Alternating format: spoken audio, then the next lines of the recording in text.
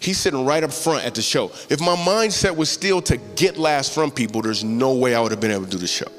But my mindset changed, so now I have to do the show.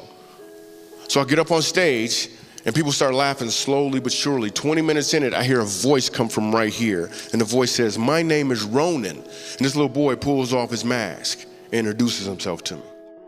Hi, I'm Ahmad Hooper from the AV Tech class, and this is a video on social emotional awareness.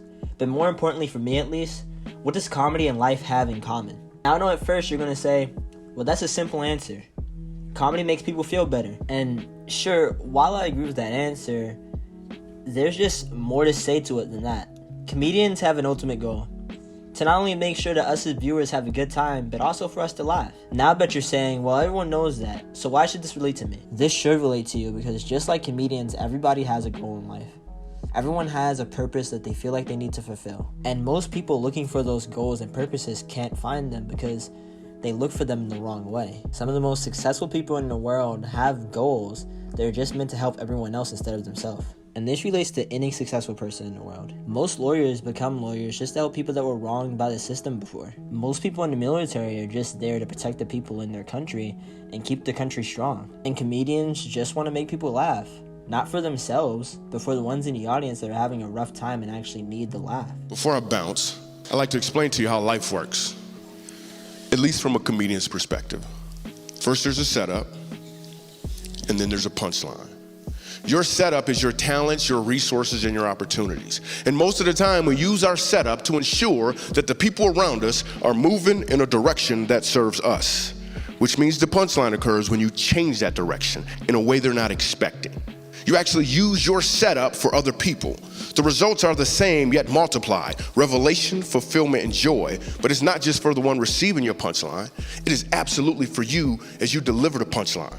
In fact, if I ask the question to everyone here, everyone watching, if I ask you this question, how many people here know what your setup is? Every one of you would be able to tell me. Because your setup is the fact that you have a house, a car, you've been married, you went to school. Your setup is about what you've received. But what if I ask the question, what is your punchline?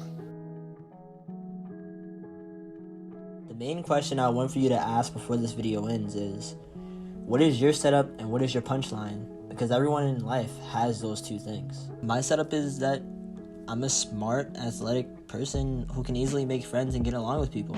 And even with that tiny bit of stuff that you know about me, I still don't know my punchline yet either. But I'm working to find it. The main goal to find your punchline is just find something to give back to people and make them feel better than you felt in your life. And while we're all trying to figure out our punchline, there's also something that I'd like for you to take from this video. The main thing you should take from this video, especially this part, is that everybody is special and different in their own way. Everyone has different setups in lives and different upbringings. And all because your setup is different from somebody else's, doesn't mean that your punchline won't be as big as theirs. We all have a way to give back to something. You just need to find your setups and figure out your punchline. And figure out a way to give back to the world something that you probably didn't get when you were younger.